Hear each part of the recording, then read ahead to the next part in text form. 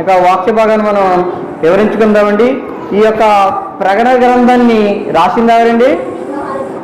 అపోస్తలుడైన యోహాను గారు.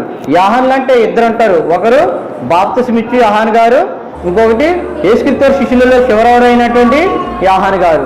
మీరు యోహాను గ్రంథకర్త ఎక్కడి నుంచి రాయించాడండి ఈ మాటని? దేవుడు తన గ్రంథకర్త చేత ఈ మాటని ఎక్కడి నుంచి రాయించాడంటే పద్మసు ద్వీపమున, అనగా పద్మసు ద్వీపం అంటే ఒక సముద్రంలో అక్కడక్కడ ఇసుక పొరలు ఏర్పడుతుంటాయి.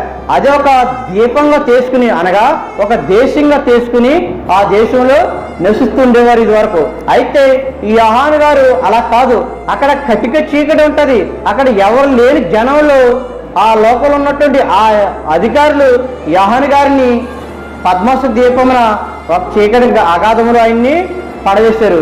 అయితే లోకంలో ఉన్నటువంటి అధికారులు ఆయన్ని విడిచిపెట్టేశారు, ఆయన్ని దూరంగా చేశారు. కానీ పరలోకమందున్న దేవుడు తనను మాత్రము విడిచిపెట్టలేదు. ఆయన పరలోకమందున్న దేవుడు ఒక దర్శన రూపంగా యోహాను గారికి ప్రకటన గ్రంథం అని ఆయన చేతికి ఆయన రాయించి ఇచ్చాడు. ఈ యొక్క ప్రకటన గ్రంథంలో ఉన్నటువంటి పరమార్థం ఏంటంటే, ఈ గ్రంథం ఎప్పుడు రాయబడిందంటే ఇది భూత వర్తమాన కాల భవిష్యత్ కాలంలో ఇది రాయబడింది.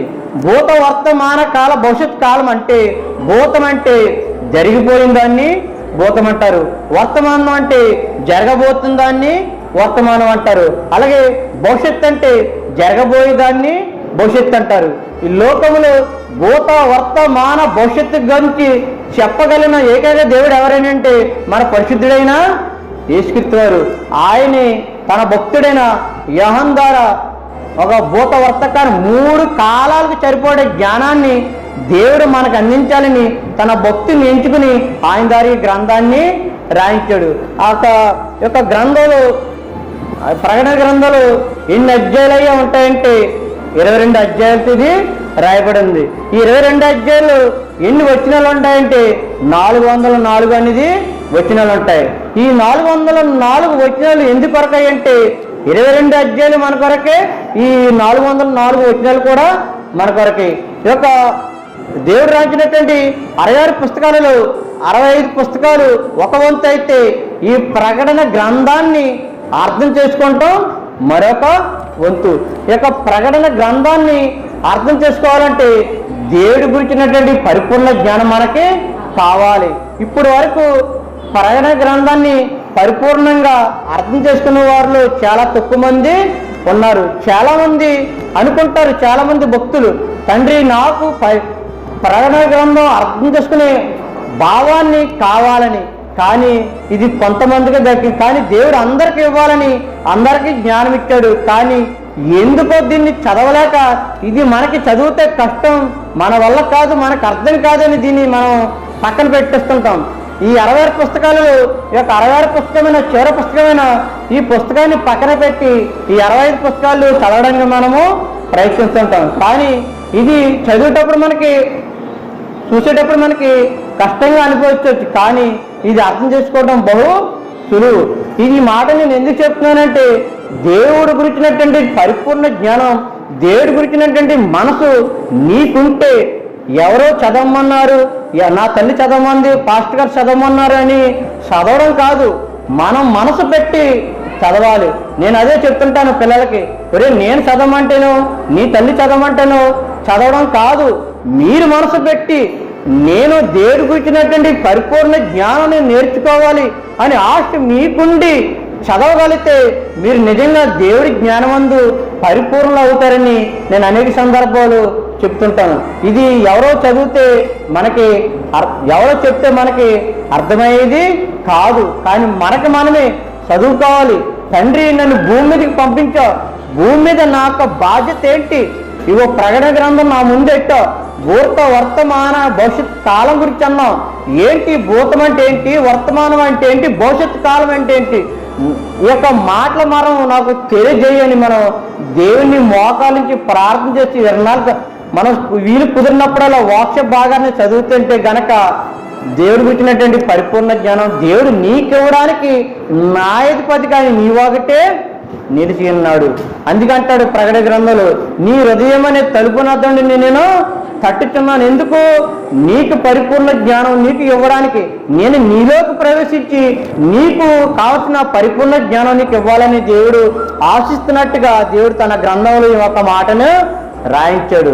ఈ మాటను మనం ఎందుకో మనము చదవకుండా మనము పక్కన పెట్టేస్తుంటాం. కానీ ఇక్కడ చెప్తున్న మాట ఏంటంటే, మరియు ఆయన పెద్ద సంఖ్యల చేత పట్టుకుని ఆగాధమును యొక్క తాళపు చెవి గల ఒక దేవదత్త పరలోకం నుండి దిగి వచ్చుట చూచి తిని. అనగా ఈ యొక్క దర్శనాన్ని ఎవరికి కలగజేశాడంటే, దేవుడు తన భక్తుడైన యోహాను గారికి ఒక దర్శనమందు ఒక దేవదూత వచ్చిందంట. ఆ దేవదూత చేతులు ఏముందంటే పెద్ద ఒక సంఖ్యల చేత తాళపు చెవి అనేది ఆమె దేవదూత దగ్గర ఉందట. అనగా మీరు జాగ్రత్తగా వినండి, ఈ తాళపు చెవి అంటే మన తెలుపులకి వేసినది చిన్నపాటి తాళపు చెవి కాదండి. ఆ తాళపు చెవి అనేది ఆ ఆగాధాన్ని మూసివేయంత పెద్ద తాళపు చెవి అంట. ఇదిగో ఒక దేవదూత పరలోకం నుండి దిగి వచ్చేట నేను చూచి తిని. అతడు ఆది సర్పను అనగా అపవాదియు సాతాను అని ఒక ఘట సర్పను పట్టుకుని 1000 సంవత్సరములు వానిని బంధించి ఆగదములో పడవేసిను. అనగా ఆదిలో దేవుడు సర్పం గురించి ఒక మాట రాయించాడు. వాటి పేరే అపవాదనియు, ఆది ఘట్టమనియు, ఆది సర్పమనియు, ఎన్నో సాతాననియు ఎన్నో పేర్లు ఉన్నాయి. ఈ యొక్క అపవాది ఎవరో కాదు, దేవుడి యొక్క పరిశుద్ధ దూతలలో ఒక దూత. ఆ దూత పేరేంటి? ఆ దూత ఏమనుకుందంటే యెషయా గ్రంథం 14వ అధ్యాయం ఇక్కడ తిరిగి రాయించాడు. ఇక్కడ దేవుడు తన భక్తుడి ద్వారా యెషయా ద్వారా దేవుడు తెలియజేస్తున్న మాట ఏంటంటే, యెషయా గ్రంథం 14వ అధ్యాయం ఈ మాట మనందరూ కూడా తెలియాలి. అనగా నేను చెప్పబోయే మాట ఏంటంటే, పరలోక రాజ్యంలో ఒక యుద్ధం అనేది జరిగింది. అది ఎందుకు జరిగింది, ఎవరి కోసం జరిగింది అన్న విషయాన్ని మనకే తెలియాలి. భూమి మీద జరిగే యుద్ధాలంటే మనకు తెలుసు. ఒక దేశం మీద మరొక దేశం, మన రాష్ట్రం మీద మరొక రాష్ట్రం కొట్టుకుంటూ మనం చూస్తాం. కానీ పరలోక రాజ్యంలో కూడా ఒక యుద్ధం అనేది జరిగిందన్న సంగతి మనము తెలుసుకోవాలి. యుద్ధాన్ని జరగకముందా అక్కడ యెషయా గ్రంథంలో 14వ అధ్యాయం 12వ మాట చెందుతున్నట్లయితే, తేజ నక్షత్రమా ఏకో చొక్క నీవెట్లు ఆకాశం నుండి పడితివి, జనములను పడగొట్టిన నీవు నేల మట్టి వరకు ఎట్లు నరకబడితివి. నేను ఆకాశంకి ఎక్కిపోయేదును, దేవుని నక్షత్రములకు పైగా నా సింహాసనమును హెచ్చించుదును. ఉత్తర దిక్కునున్న షాబా పర్వతం మీద కూర్చుండును, మేఘ మండలం మీద ఎక్కుదును, మహోన్నతునితో నన్ను సమానంగా చేసుకుందును అని నీ మనసులో అనుకుంటివి కదా. అంటే ఇక్కడ దేవుని యొక్క దూతలలో ప్రధాన దూత అయినటువంటి ఒక అపవాది తన ఆలోచనలు ఏమనుకున్నాడో తెలుసా? వాడి పేరేంటంటే తేజో నక్షత్రం అని ఒక సంభాషణ అనేది తెలుస్తున్నాడు. వాడి పేరే ఆది సర్పం. ఎన్నో అపవాది గురించి ఎన్నో మాట్లాడినాడు. వాడు తన మనసులో ఏమనుకున్నాడంట, దేవుడి పైన తన సింహాసనాన్ని పైగా వేసుకుంటాను అనుకున్నాడంట. అంటే ఈ కోటాని కోట్లు మనుషులందరూ కూడా, దేవదూతలందరూ కూడా దేవుని స్థుతిస్తుంటే, అయితే దేవుని దూతలలో ఒక దూత అయినటువంటి కుట్ర పన్ని ఇవన్నీ కూడా దేవునికి వెళ్ళడము ఇష్టం లేదు. ఇవన్నీ కూడా నాకే రావాలి. దేవుడికి ఎంతసేపు నేను బానిసగా పనిచేయాలి, ఎంతసేపు దేవుని స్థుతించాలని తను విర్రవీగి గర్వపడి వాడు అనుకున్నాడంట, నేను ఈ దేవుడి పైన సింహాసనం వేస్తే ఈ లోకస్తులందరూ కూడా నాకే నమస్కారం చేస్తారు, ఈ లోకంలో ప్రజలందరూ కూడా నాకే నమస్కారం చేయాలి, అలాగే దూతలందరూ కూడా నాకే నమస్కారం చేయాలని తన మనసులో అనుకుందంట దేవదూత. అనుకున్నప్పుడు ఏమనుకుంటుంది తెలుసా? ఉత్తర దిక్కునున్న షాబా పర్వతం మీద కూర్చుందును. అంటే లోపల ఉన్నటువంటి పర్వతాలలో పెద్ద పర్వతం మీద నేను కూర్చుంటాను అని అంటాడు. ఇదిగో మేఘమండలం మీదకి ఎక్కుదును, మహోన్నతంతో నన్ను నేను సమానంగా చేసుకుంటానని తన మనసులో తాను అనుకుంటుందంట. అని నువ్వు మనసులో అనుకుంటే కదా, నీవు పాతాళమునకు నరకంలో ఒక మూలను తోయబడితే నిన్ను చూచేవారు నిన్ను నిదానించు చూచు ఇట్లా తలబోయుదురు. భూమిని కంపింపజేసి రాజ్యములు వణికించినవాడు ఇతడేనా? లోకమును అడుగుగా చేసి దాని పట్టణములను పాడు చేసిన వాడు ఇతడేని చెప్పేసి ఒక దేవదూత గురించి, సైతాన్ని గురించి ఒక దేవదూతలు అనుకుంటున్నారంట. ఒరే నువ్వేదో అనుకున్నావు, ప్రజలందరినీ కూడా నాశనం చేయాలి అని నువ్వు అనుకున్నావు. ఇదిగో ప్రజలందరూ కూడా వారికి మాయ మాటలు చెప్పి, ఇదిగో దేవుడు అంటే పరలోకమందున దేవుడు కాదు, ఈ భూమి మీద ఉన్నాయే దేవుడు అని చెప్పి ఈ ప్రజలను వెంచేసావు. వారు మనోనేతలకు గుడ్డితనం కలగజేసావు. కాబట్టి వారికి దేవుణ్ణి తడువులాడే సమయం వారికి నీవు ఇవ్వలేదు. వారికి ఇవ్వకపోగా ఇదిగో వీళ్ళందరినీ వీరితో పాటు నేను స్తుతించుకుంటాను నువ్వు అనుకున్నావు, నీ మనసులో అనుకున్నావు. కానీ చివరికి నగ్గిందేంటి, నీవు నరకములో ఒక మూలకు త్రోయబడితేవని చెప్పేసి ఒక సందర్భంలో దేవదూతలు ఒక సైతాన్ గారిని హేళన అనేది చేస్తుంటారు. ఈ సైతాన్ గారిని హేళన చేయడానికి ముందు ఏమైనా జరిగిందంటే ఒక పరలోక రాజ్యంలో ఒక యుద్ధం అనేది జరుగుతుంది. అది కూడా ఒకసారి సందర్భం చేద్దాము. ప్రకటన గ్రంథము 12వ అధ్యాయం. ఇది నా మాటలు కాదండి, దేవుడు తన పరిశుద్ధుల భక్తుల ద్వారా నోటను రాయించినటువంటి చక్కని మాట. ప్రకటన గ్రంథం 12వ అధ్యాయం 7వ వచనం. అంతట పరలోకం ముందు యుద్ధం జరిగెను.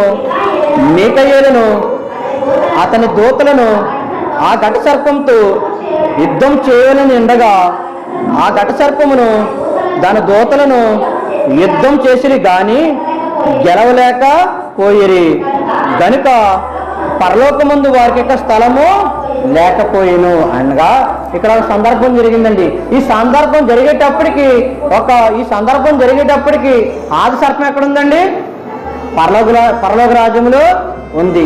అయితే దేవుని యొక్క దూత అనేటువంటి దూతలన్నిటికి కూడా ఒక ప్రధాని దూత ఉంటుంది. ఆ దూత పేరే మీకాయేలు.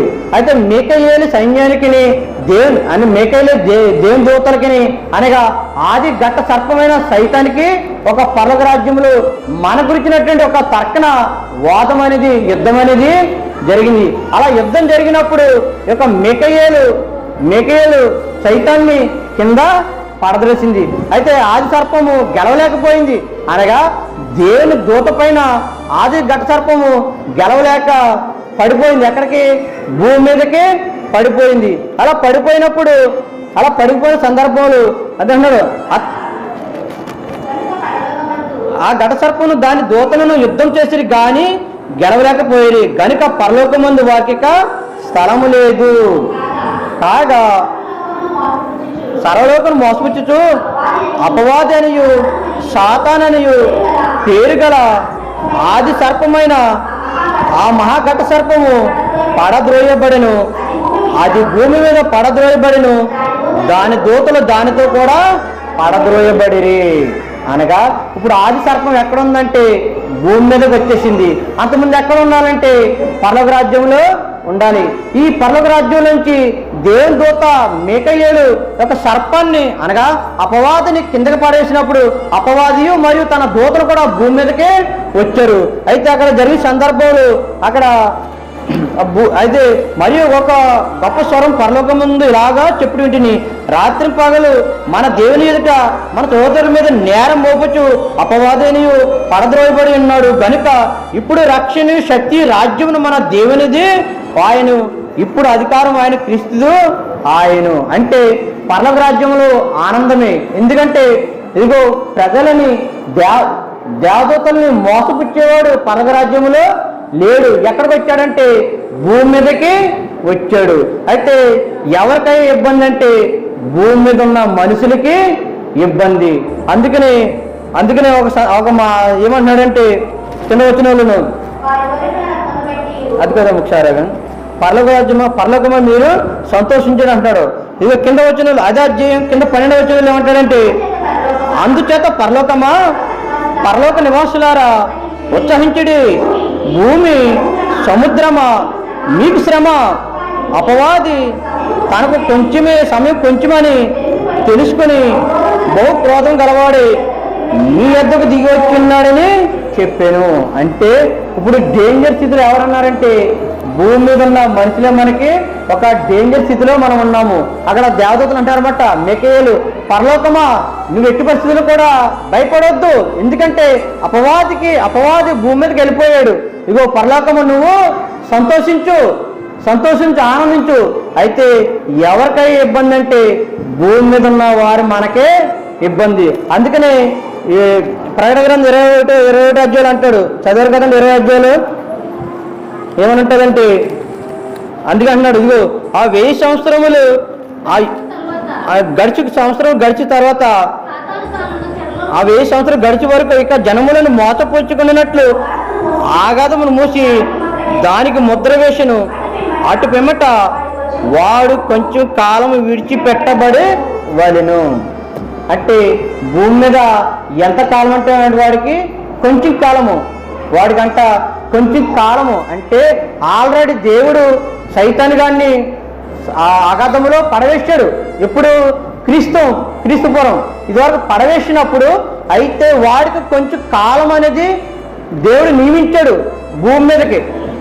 ఇప్పుడు సైతాన్ గాడు తన పెత్తనం చేస్తున్నాడు. అందుకని యేసుక్రీస్తు వారు భూమి మీద ఉపవాసం చేసినప్పుడు అప్పుడు అంటాడు అపవాది ఏంటంటే, ఇదిగో ఈ లోకరాజ్యాలన్నీ కూడా నాకు అప్పబడున్నాయి, నాకు నమస్కారం చేసివా, ఇవన్నీ కూడా నీకు ఇస్తానని చెప్పేసి అపవాదుకు చాలా ధైర్యంగా యేసుక్రీస్తు వారితో చెప్పడం అనేది జరిగింది. మరి అపవాదికి ఎందుకై ఈ అధికారం వచ్చిందంటే, అప్పుడు దేవుడు ఈ అధికారాన్ని భూమి మీద సైతానికి భూమి మీద కొంచెం కాలం ఇచ్చాడు కాబట్టి సైతాను ఇప్పుడు అందరినీ పోగు చేసుకుని తన యొక్క పెత్తనంగా అది చలేస్తుంది.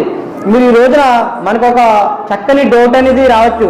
ఏంటంటే, దేవుడు గొప్పవాడే కదా, ఆది సంభూతుడు కదా, అలప్పయు ఓమేగు అంతా ఆయనే కదా, భూమిని పుట్టించిన వాడు ఆయనే కదా, నరులను పుట్టించిన ఆయనే కదా, మరి సైతాన్ని చెదగదొక్కి మనందరూ కూడా మంచి జీవితం, చక్కని జీవితం, సుఖవంతమైన జీవితం ఇవ్వాలి కదా. మరి దేవుడికి అంత పవర్ ఉన్నప్పుడు సైతాన్ గారిని చెదగొట్టాలి కదని మనకి ఒక సందర్భం మనకి డౌట్ అనేది రావచ్చు. కానీ మంచిదే, ఆ డౌట్ అట్ట రావడం వల్ల మంచిదే. ఎందుకంటే దేవుడికి శక్తి ఉంది, సైతాన్ని చెదగొట్టే శక్తి ఉంది. కానీ ఎందుకు దేవుడు సైతాన్ని చెదగొట్టలేదంటే, ఆల్రెడీ శిలువలో సైతాన్ని తల చెదగొట్టాడు. మరి దాన్ని పోషిస్తుంది ఎవరంటే మనమే పోషిస్తున్నాం సైతాన్ని. ఆల్రెడీ శిలువలో సైతాన్ గారిని దేవుడు యేసుక్రీస్తు శిలువ చేత చంపించేశాడు. సైతాన్ని తల మీద కొట్టించాడు. కానీ దానికి నారు పోసి మనమే వాడిని బతికిస్తున్నాం. ఎలా బ్రతికిస్తున్నామో తెలుసా? దేవుడు ఏమన్నాడు? నా మాట చెప్పిన విని చేయువాడు బండ మీద వేసిన పునాదం పోలి ఉన్నదని ఆయన పదే ఘోషించి చెబుతుంటే, మనం దేవుని నమ్ముకున్నా, వారం దేవుని సన్నిధికి వస్తున్నా, దేవుని మాట వినడానికి మన మనసు ఒప్పుకోదు. ఎంతసేపు మొబైల్ పెట్టుకుని వాడిని మనము పోషిస్తున్నాం. మొబైల్ ఏముంటుంది ఎక్కువగా? ఎక్కువగా చెడు వ్యసనాలు, చెడు బొమ్మలు అనేది వస్తూ ఉంటాయి. ఈ చెడు బొమ్మలు వచ్చినప్పుడు ఎవరు ఆనందిస్తారు? చెడు బొమ్మలు వచ్చినప్పుడు సైతాన్ గాడు అనేది ఆనందిస్తాడు. మరి ఎవరు దుఃఖపడతారు? దేవుడు దుఃఖపడతాడు. దేవుడు ఏమన్నాడు? నేను ఆల్రెడీ మాటకి ప్రకారం సైతాన్ గారిని శిలువలో చెదగొట్టాను కదా, నా కుమారుడైన యేసుక్రీస్తు చేత సైతాన్ని తల మీద కొట్టించాను కదా, మీరు ఆయన నమ్ముకున్న మీరందరూ కూడా ఆయన శిష్యులే కదా, మీరు ఎందుకు ఆయన్ని పోషిస్తున్నారని దేవుడు తన బాధను వ్యక్తపరుస్తున్నాడు. దేవుడు ఏమన్నాడు? నువ్వు ఇంటి ఉన్నప్పుడు, త్రోవ నడిచినప్పుడు, పండుకున్నప్పుడు, లేచినప్పుడు, ఊరికి వెళ్ళినప్పుడు, ఇంటికి వచ్చినప్పుడు, పరాదేశానికి వెళ్ళినప్పుడు ఏముండాలన్నాడు? దేవుడు పెట్టినటువంటి మాటలు ఉండాలన్నాడు. మరి నీ బిడ్డలు నువ్వేం చెప్తున్నావు? అన్నం తింటలేదని మొబైల్. ఎందుకు? మొబైల్కి వస్తే వారు చెడిపోతారు. ఇప్పుడు తెలీదు దాని బాధ, దాని విషయం ఇప్పుడు తెలీదు, క్రమక్రమంగా మనకి తెలుస్తుంటది. మీరు టీవీ ఎట్టి చూడండి, ప్రతిరోజు టీవీలో ఏదో ఒక న్యూస్. ఇదిగో అక్రమ సంబంధం పెట్టుకున్నవారు భర్తను చంపేశారు, అక్రమ సంబంధం పెట్టుకున్నవారు కుమారులు అడ్డుకొచ్చారని కుమారుల్ని చంపేశారు. ఎందుకు అలా చేస్తున్నారు? సమాజం ఎందుకు అలా తయారు చేయిందంటే, వారికి దేవుడి గురించినటువంటి పరిపూర్ణ జ్ఞానం వారికి లేదు. మరి మనకు తెలుసు కదా, మనం చెప్పాలి కదా, దేవుడి గురించినటువంటి పరిపూర్ణ జ్ఞానం మనం చెప్పాలి కదా. ఇదిగో సైతాన్ కూడా ఏం చేస్తున్నాడు తెలుసా? తనకు సమయం కొంచెమేని. ఎందుకు కొంచెము? కొన్ని సంవత్సరాలు పోతే వాడు ఎక్కడికి వెళ్ళిపోవాలి? పాతాళానికి వెళ్ళిపోవాలి సైతాన్ గాడు. మరి అప్పుడప్పుడు అంటుంటారు కదా, ఒరే వీడు వాడితో సహాయం చేస్తే వాడు వీడయ్యాడని. అంటే సైతాన్ గాడు తన పాతాళంకి వెళ్ళడమే కాకుండా తనతో పాటు ఇంకొందరున్న వాడు తీసుకెళ్ళాలనేది వాడి యొక్క లక్షణము. లోకంలో ఉన్న మనుషులకి, మన సోదరులకి దేవుడు పెట్టినటువంటి పరిపూర్ణ జ్ఞానం వారికి తెలీదు. మరి మనకు తెలుసు కదా, మరి మనకు తెలిసినప్పుడు మనం ఎంతవరకు న్యాయం చేయగలుగుతున్నాం దేవుడు పెట్టినటువంటి పరిపూర్ణ జ్ఞానం? వారం వారం వస్తున్నాం, దేవుని ఆరాధించుకుంటున్నామని చెప్పుకుంటున్నాం. మరి పరిపూర్ణ జ్ఞానం నీలో ఏది? బాధ వచ్చినప్పుడు దేవుణ్ణి గణపరిచే స్థుతి ఏది? పాటల మాటైనా దేవుని మరి మనసులో ఏది? బాధ మనసులో ఉండాలి కదా, దేవుడు పెట్టినటువంటి చిరునవ్వు ఉండాలి. నీలో బాధ వచ్చినా దుఃఖం వచ్చినా చిరునవ్వుతూ ఉంటే గనక దేవుడు నీ చిరునవ్వు చూసి దేవుడు చక్కగా ఆనందిస్తాడు. నువ్వు బాధ వచ్చినప్పుడు బైబిల్లో ఒక మాట ఉంటుంది, శ్రమ దినమున నువ్వు కుంగిని ఎడల చేత కాని వాడు వౌగుతూ ఉన్న సంగతి మనందరూ కూడా తెలుసు. ఎందుకోనండి, దేవుడి దయ వల్ల నేను ఎదరికి వెళ్ళకపోతున్నాను అనుకుంటాం. కొన్ని సందర్భాలు నేను ఎదరికి వెళ్ళాలని అనుకుంటాం, కానీ ఎదరికి వెళ్ళలేకపోతున్నాను. ఎందుకు వెళ్ళలేకపోతున్నాం అంటే మనలో ఏదోటి లోపం అనేది వచ్చింది. అందుకని ప్రకటన గ్రంథంలో చెరువు మార్చి నేను ముగిస్తానండి. ప్రకటన గ్రంథం 20:12 మరియు గొప్పవారేమి కొద్దివారేమి మృతులైన వారందరూ ఆ సింహాసనం ఎదుట నిలబడి ఉండేది చూచితిని.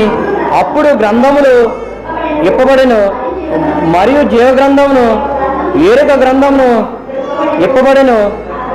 ఆ గ్రంథములందు రాయబడిన వాటిని బట్టి తమ క్రియ చెప్పిన మృతులు తీర్పు పొందిరి. సముద్రము తనలోనున్న మృతులను అప్పగించెను. మరణము పాతాళమును వశమునున్న మృతులను అప్పగించెను. వారిలో ప్రతివాడును తన క్రియలు చెప్పిన తీర్పు పొందెను. మరణమును మృతుల లోకమును అగ్నిగుండములో వేయబడెను. ఈ అగ్నిగుండము రెండో మరణము. ఎవని పేరైనను జీవగ్రంథమందు రాయబడినట్టు కనబడిన యెడల వాడు అగ్నిగుండములో పడవేయబడెను. అనగా ఇక్కడ చనిపోయిన వెంటనే మరి గొప్పవారండి కొద్దివారండి వీళ్ళందరూ కూడా ఎక్కడ ఉంటారంట? హాజరవుతారంట దేవుని సింహాసనం ఎదుట హాజరవుతారంట. నిలబడాలి. భూమి మీద గొప్పవాడేంటి పేదవాడేంటి దీనస్థితిలో బ్రతుకున్న చనిపోవాలంతా కూడా ఎక్కడికి వెళ్ళాలంట? దేవుని ఎదుట నిలబడాలంట. ఆ నిలబడినప్పుడు ఎంతో కోటాని కోట్ల జన సమూహం అంతా ఆయన ఎదుట నిలబడినప్పుడు అక్కడ గ్రంథాలు ఇప్పబడతాయంట. ఒక గ్రంథం కాదు, వేరే అనేక గ్రంథాలు ఉంటాయంట. ఇదిగో జీవ గ్రంథం వేరొక గ్రంథం అనేది ఇప్పబడుతుందంట. ఆ గ్రంథాలు ఇప్పబడినప్పుడు ఇదిగో ఎవరైతే భూమి మీద ఆత్మహత్య చేసుకున్నారో సముద్రంలో పడిపోతున్నారు, ఆ సముద్రంలో ఉన్నటువంటి శవాలన్నీ కూడా సముద్రం అనేది దేవునికి అప్పగిస్తుందంట. ఎవరైతే అగ్నితో కాలుతున్నారో ఈ అగ్నితో కాల్చబడిన ఈ బూరు అంతా కూడా శరీరంగా తయారయ్యి దేవునికి అగ్ని అంతా కూడా అప్పగిస్తుందంట. మీరు నమ్మండి, వాస్తవం. మీరు అనుకుంటారు అయ్యో దేవుని నమ్ముకున్న బిడ్డని వీరు కాల్చేస్తున్నారే, మరి ఎలా దేవుడు సమాధి చేయాలన్నారు కదా, ఇది ఈలు పడడం లేదే అంటే పరలోక రాజ్యానికి వెళ్దా అని అనుకోకండి. కానీ అగ్ని దేవునికి లెక్క అనేది అప్పగిస్తుంది. ఈ అగ్ని అనుకోండి ఏంటనుకున్నారు? ఈ అగ్ని నీరు ఆకాశం భూమి అంతా కూడా దేవుడి చేత చేయబడ్డ దేవదూతలు. ఈ దేవదూతలు ఒక అగ్ని గాను భూమి గాను నీరు గాను సముద్రం గాను ఏర్పడి దేవునికి ఒక సేవకుడిగా పనిచేస్తున్నాయి. ఇవన్నీ కూడా దేవునికి శవాల్ని అప్పగిస్తాయి. ఇదిగో పలానా వాడు రైల్వే ట్రాక్ మీద చనిపోయాడు, మరి వాడి పరిస్థితి ఏంటంటే ఈ ట్రాక్ కూడా అన్నీ కూడా దేవునికి శరీరంగా అప్పగిస్తాయి. ఈ యొక్క ఆత్మలన్నీ కూడా దేవుని ఎదుట నిలబడతాయి. అక్కడ దేవుడు గ్రంథాల్ని ఇప్పుతాడు. అక్కడ దేవదూతల గ్రంథాలను ఇప్పుతుంటే ఒక్కొక్కరు పేరు చదువుతుంటే టప మన పేరు చదువుతుంటే మన పేరు చెప్పగానే అప్పుడు దేవుడు మనల్ని పిలిచి ఒరే దుర్గారా నువ్వు నా కొరకు భూమి మీద ఇంతకాలం జీవించా కదా, ఏం చేసావు అని అడిగితే నేను ఏ సమాధానం చెప్పండి. నీ చర్య అంతా బాగుంది, కానీ నీలో ఒకటి తప్పు ఉందని నీ మీద ఉమ్ము వేస్తున్నానని దేవుడు అంటే ఏంటి పరిస్థితి చెప్పండి? భూమి మీద ఉమ్మేస్తే అది సరి చేసుకోవచ్చు. భూమి మీద ఉండగానే హెచ్చరిక దేవుడు జారీ చేశాడు, ఈ హెచ్చరిక నువ్వు సరి చేసుకో. ఇవి నీకు 10 నీతి క్రియములు అన్ని 9 బాగా చేసావు, 1లో నీళ్ళు లోపం ఉంది, దాన్ని సరి చేసుకుంటే మనం సరి చేసుకోవచ్చు భూమి మీద ఉండగానే. అదే దేవుని దగ్గరికి వెళ్ళిన తర్వాత, మనం చనిపోయిన తర్వాత సరి చేసుకోవడానికి వీలు పడదు. అందుకని ప్రసంగి అయిన గ్రంథకర్త చేత సొలొమోను చేత ఏం రాయించాడు తెలుసా? నువ్వు పో పాతాల ముందు, ఉపవైనను పనైనను ఏది కూడా ఛాన్స్ లేదు నాయన. నువ్వు ఏదైనా ఉంటే భూమి మీద ఉండగానే చేయి, పని చేయాలా చేయి, ఆలోచన చేస్తావో ఆలోచన చేయి, దేవుని పని చేస్తావో చేయి, ఏం చేయాలని ఇక్కడే నువ్వు మారు మనసు పొందు. అక్కడికి వెళ్ళిపోయిన తర్వాత మారు మనసు పొందుతాను, నా వయసు అయిపోయిన తర్వాత అంటే కుదరదు అంటున్నాడు దేవుడు. ఇవన్నీ కూడా దేవుడు లెక్కలోకి తెస్తాడంట. మరొక గ్రంథం చేత పౌలు చేత రాంతి ఏమన్నాడు తెలుసా? నువ్వు ఈ దేహం ముందు జరిగించిన ప్రతి క్రియ చెప్పున అక్కడ లెక్క అనేది దేవుడు కడతాడంట. ఇదిగో నీ తల్ల వెంట్రుకలన్నీ కూడా దేవుడు లెక్క కట్టాడంట. నీ తల్ల వెంట్రుకలు లెక్క కట్టిన దేవుడు నీ క్రియలను లెక్క కట్టడా? అన్నీ కూడా ఆయన లెక్క కడతాడంట. ఇది ఎవరో చెప్తున్న మాట కాదు, దేవుడు తన పరిశుద్ధుడైనటువంటి యోహాను ద్వారా దేవుడు చెప్తున్నటువంటి మాట. అందుకన్నాడు, ఇదిగో ఎవరి పేరైనను ఈ జీవ గ్రంథం ముందు రాయబడినట్టు కనబడిన ఎడల వాడు అగ్నిగుండంలో పడవేయబడినంట.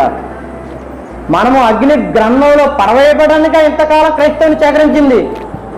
చెప్పండి, మనం ఎందుకు క్రైస్తవుని సేకరించామంటే పల్లవ రాజ్యంలో పేరనేది మనము సంపాదించుకోవాలి.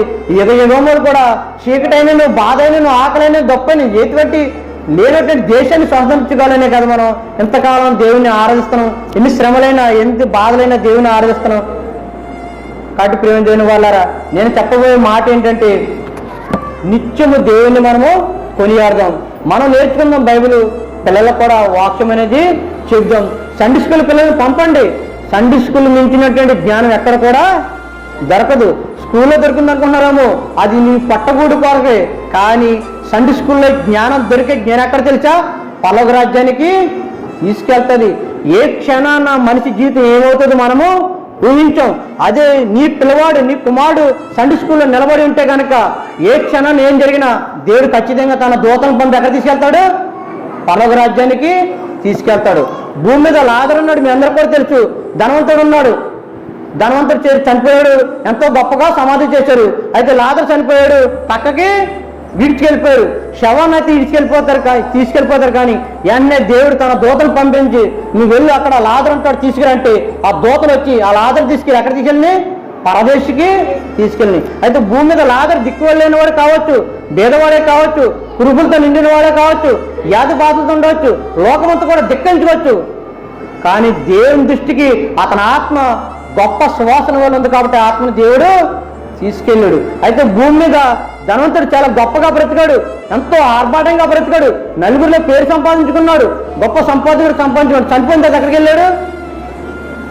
పాతాళానికి వెళ్ళి యాతన పడుతున్నాడు. అక్కడ వచ్చింది జ్ఞానం. నాయన భూమి మీద లాజరు గారు నా ఎదుటే పెరిగాడు, నేను ఏదో అనుకున్నాను, దిక్కులేని వాడు అనుకున్నాను, కానీ ఎంత గొప్పవాడిన సంగతి, ఇగో బాధతో నన్ను స్తుతిస్తున్నాడు సంగతి నాకు తెలియలేదు. కాబట్టి ఇప్పుడు నాకు జ్ఞానం వచ్చింది, నేను ఏదో నాశనం అయిపోయాను, నాకు ఇంకా భూమి మీద 5 సహోదరులు ఉన్నారు, వారు రక్షించడానికి నీ లాజరుని పంపంటే దేవుడు ఏమన్నాడు? పంపను నాయన అన్నాడు. పంపడు. నువ్వు అక్కడ వెళ్ళి ఎంత కన్నీటితో మొరపెట్టుకున్నా కుదరదు. నువ్వు ఎంత ఏడుతావు, ఎంత కన్నీళ్ళు కడతావు, అది భూమి మీద ఉండగానే దేవుడు నీకు ఒక చక్కని శాంతి అనేది ఇచ్చాడు. మరొక విషయం మాట మనం గుర్తెట్టుకోవాలి. అది ఏంటో తెలుసా? భూమి మీద ఉండగానే సైతాను గారు మనల్ని దేవుని యొక్క దృష్టి నుంచి తప్పించడానికి ఎన్నో పన్నాలు పండుతుంటాడు. అటు కుటుంబంలో కావచ్చు, లోకస్తులు కావచ్చు, ఏ విధంగానే సరే తనతో పాటు నరకాన్ని తీసుకెళ్లాలని ఎన్నో ప్రయత్నం చేస్తుంటాడు. కానీ దేవుడు ఒక మాట అన్నాడు, ఇదిగో నా మాట విని వాడు చెప్పిన చేయవాడు లోకాన్ని జయిస్తాడన్నాడు. నేను లోకాన్ని జయించాను, మీరు నన్ను నమ్ముకున్న శిష్యులు మీరు కూడా లోకాన్ని జయించమన్నాడు. ఎలా జయించాలి? కత్తులతోనూ యుద్ధాలు చేస్తే కాదు, మన ప్రేమపూర్వకమైన మాటలతో, మన ఓర్పు సహనంతో, చాలా చక్కని మాటలతో, దేవుడికి వచ్చినటువంటి మాట. ఒక మాట గుర్తుంచుకోండి, మనం మాట్లాడమంటే ఎదుటి వారికి ఏం కలగాలి? మేలు కలగాలి. నువ్వు డబ్బు ఇచ్చినా ఇవ్వకపోయినా పర్లేదు, నువ్వు ఐశ్వర్యం ఇచ్చినా ఇవ్వకపోయినా పర్లేదు, నీ దగ్గర ఉంటే లేకపోతే దాని గురించి దేవుడు పడిచోడు. కానీ ఒకటి, నీ మాటల చేత ఎదుటివాడు నలగకూడదు. ఇదిగో నలిగిన మనసు ఎముకలకు పుల్లంట. అంటే నలిగిన మనసు లోపల ఉన్నట్టు ఎముకలు ఏం చేస్తుందంట? నశించేసేస్తుంది, మనకు తెలియకుండా ఎముకలు కుళ్ళిపోతాయంట. అయితే దీవెనకరమైన మాట, క్షేమావృద్ధమైన మాట, మాధురమైన మాట మనిషిని క్షేమావృద్ధి కలగడానికి, మనో ఒక సంతోషం కలగడానికి ఒక దోహదపడుతుంటుందంట. కాబట్టి ప్రేమ వాళ్ళ క్రైస్తవులను మనము ఎదుటివారికి మేలు కలిగిలా మనం మాట్లాడాలి. మరి ముఖ్యంగా వాక్యం అంటే మనకి బాగా అర్థమవుతాయి. ఎక్కడ ఎలా ప్రవర్తించాలో, ఎదుటివారు ఎలా చిరునవ్వుతో మనం మాట్లాడాలి మనకి బాగా అర్థమవుతుంది. మనం నేర్చుకుందాం, మన పిల్లలకు వాక్య భాగాన్ని మనము అందిద్దాం. అట్టి మాటలతో, అట్టి దీవెన మాటలు దేవుడు మన ఇడుకులో ఈ మాటలన్నీ కూడా దీవించి ఆశ్రయించుగాక. ఆమేన్.